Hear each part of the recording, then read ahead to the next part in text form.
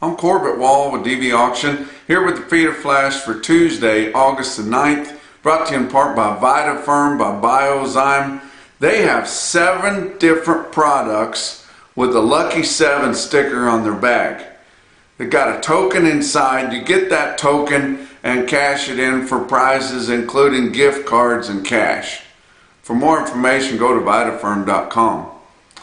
Weather patterns are changing, and I'm not saying that we're out of the drought in the southwest or in the biggest part of Texas or anything like that, but they are changing. And I tell you what, in the Texas Panhandle, I left home there 10 days ago, and when I got back, I did not know this place. We had big rains, as much as 6 inches there on the west side of Amarillo, but general rains all across the Texas Panhandle. And I tell you what, the playa lakes are full. There's standing water. The grass is green. Doesn't take a whole lot for the grass to be green in the Texas Panhandle. Of course, it's short grass, but I tell you what, it looks really good around.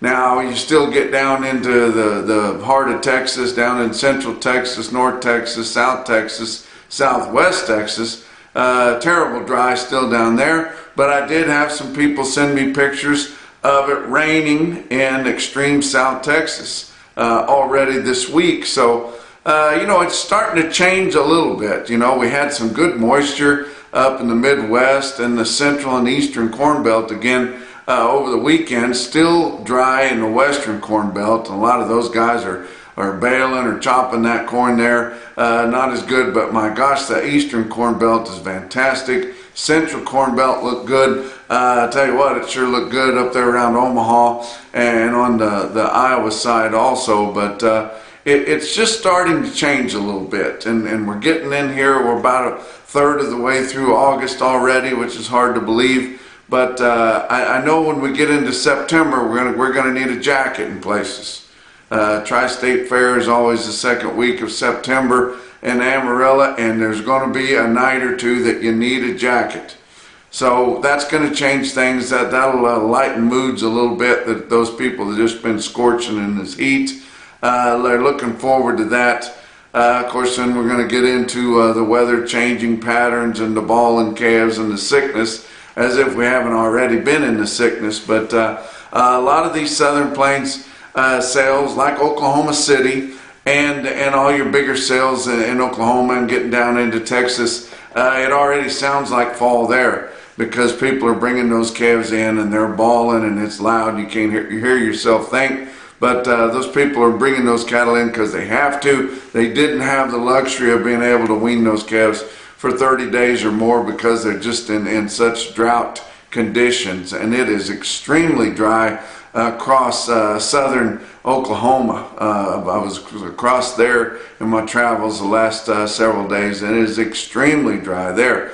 They were getting a heck of a good rainstorm in southwest Missouri, Springfield, Joplin area there on Monday evening. So, you know, things are starting to change a little bit, but we've got a long ways to go yet. But talking about some other things, I'm coming up on a big birthday here next week, and I mean a big one, not one where you say, well, I'm a year older. It's one of them where you grab a bottle and crawl under the bed for a week.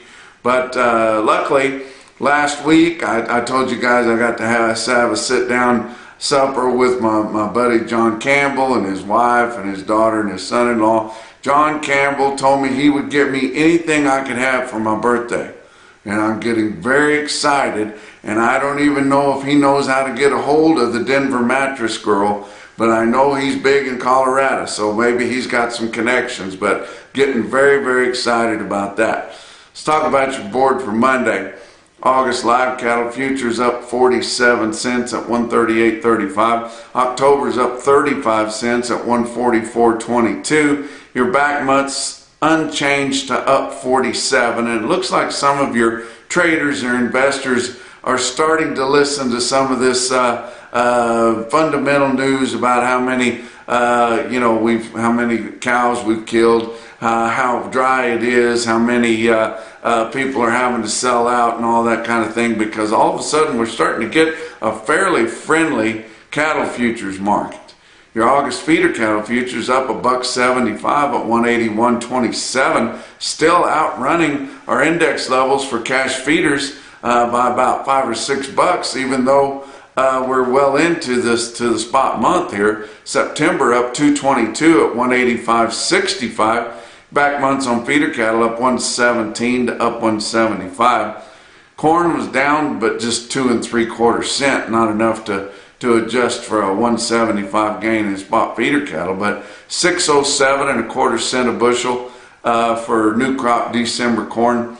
New crop beans November down 8 3/4 cents, sitting at $14 a bushel even. Weighted average on last week's negotiated fed cattle trade in your 5-area feeding region, 84,700 head, which is a pretty decent movement for this day and time. Compares to 61,100 last week and 81,000 a year ago last week. Your live sales in the 5-area feeding region all of last week were $1 higher, from 135 to 147.5. Those extreme highs, anything over 146, were all late last week. Weighted average on live steers 140.84. That was up $1 compared to the previous week's weighted average. Dressed steers and heifers $2 higher last week, from 224 to 232. Weighted average on dressed steers for last week 227.83. That was up $2.30. Had something to do with us trading more negotiated volume, and also had quite a bit of negotiated volume outside of your 5-area feeding region, because we did eclipse 100,000 for only the second or third time this year, but 103,000. Hey guys, I've told you many times, back in the mid-90s when I collected those sales in the Amarillo, Texas office, we would sell 100,000 negotiated in Texas feedlot areas every single week, and so would the other 4 areas. But 32,900 of those sales, or 32%, were for the 15 to 30 day delivery. That's about average. Usually about a third of them sell for the 2 to 4 week delivery. But 103,000 negotiated nationwide. Negotiated grid was 45,100. Forward contracts 21,400. Formula sales 274,700 head. But Monday we did have a load of cattle that come through negotiated from Iowa at 146, and that's towards the top of the range there, so that's not a bad way to start out. Box beef cutout values were higher for a change. They've been drifting pretty bad here, but we're higher on Monday. Choice cuts 266.24 up 162. Selects up 19 cents at 238.86. Your slaughter didn't kick off the best. We looked for something around 125,000 head to harvest for the day, and Monday's slaughter estimated was only 119. But we are, something that's come out in the slaughter news here recently is we have now, for one period last week, they're slaughtered more females than we did males. Now, you hunters, you know that you usually go after the bucks. That keeps your populations up pretty good. But when you go to slaughtering more females than you do males, that takes a while to recover from that, guys. But that's indeed what we did last week, and that's kind of a big news story right there. Always talking about your high prices. What could you buy some cattle worth the money for? Ellison Carter Cattle Company shared his shipments. They ship on Sundays. What they shipped out on Sundays, these are delivered prices, mostly to the Texas Panhandle, western Oklahoma, western Kansas, but these are delivered prices, and that's the way it gives me the quotes. Steers and bulls last week shipped out on Sunday. Load weight 265 at $200.75. He said they are quite a bit higher than they have been. 320 pound load at $191. These would all be pretty good kind. 410 pound load of steers and bulls at $173.50. Load weight 460, delivered price $173. And then he had one load of plainer types. These cattle would have a tick more cross in them than what most people would like, and be colored up a little more than what you'd really prefer. But 485 pounds at $122 sounds awfully cheap. How about some heifer deals? Load weight 280 at 173. 330 pound little heifers at 169.75 delivered. Set of fancy 485 pound heifers at 168.50. They were all black. 530 pound load at 157. 630 pound load delivered locally there at $150, and load weight 680 delivered to Kansas for $150.50. It did say that they also buy replacement cows and things like that. Bought a lot of young and middle-aged cows. They would be on the thinner side. A lot of them be bred, but quite a few of them be open. But getting those bought and shipped out for less than $850 a head. So if you guys are interested in that, you can get a hold of it. EllisonCarterCattleCompany.com. How about your feeder cattle market? Your real-time index on DV auction late in the day on Monday sitting at 175.56, up 65 cents. Talk about what else is going on. How about Beaver County Stockyards? They've got a good sale here today on Tuesday. Got about 2,200 head on offer. They had a lighter run last week and they sold really well, but got a few more cattle. Got some steer loads weighing up to 1,100 pounds. So if you guys want something that you don't have to put quite as many days into, check out Beaver County Stockyards. You can find them here today on Tuesday at dvauction.com. If you're interested in bidding through that console, give them a call before you get ready to do that, and give them the heads up where they can get you approved.